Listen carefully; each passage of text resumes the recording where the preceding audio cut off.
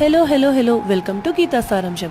ఈ వీడియోలో నేను చేసే బీరకాయ పొట్టు పచ్చడి ఎలాగో తెలుసుకుందాం। ముందుగా బీరకాయ నార అంటే పీచు లేకుండా పొట్టు తీసి పెట్టుకోవాలి।